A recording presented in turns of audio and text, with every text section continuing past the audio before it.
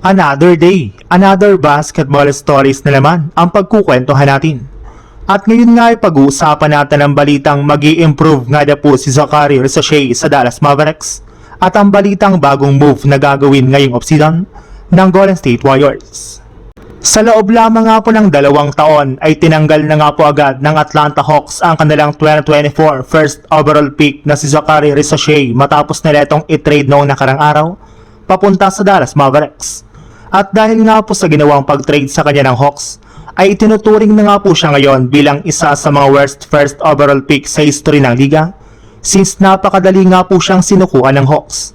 Pero ayon nga po sa isang NBA analyst, magbabago na rin naman nga na po ang kanyang kalagayan at sitwasyon sa paglipat nito sa Dallas Mavericks.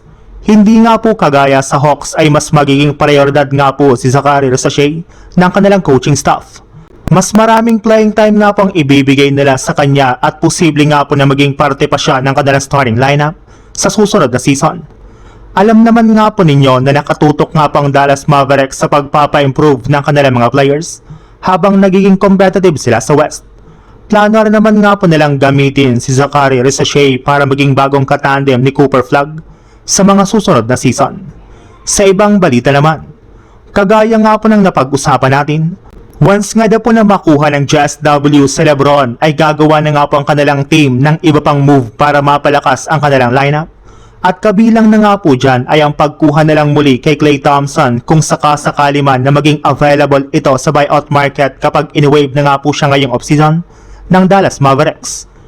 Kinukonsidera na rin naman nga po ng Warriors ang posibilidad na pag-trade nila kay Jimmy Butler para lamang makuha ang matagal na nga po nilang target na si Aaron Gordon mula sa Denver Nuggets.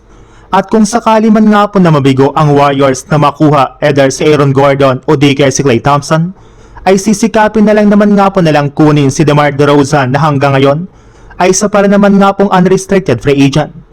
Naghahanap pa rin naman nga po ito ng isang legit na contender na kayang makapagbigay sa kanya ng oportunidad na makapag-compete sa kampyonato sa susunod na season.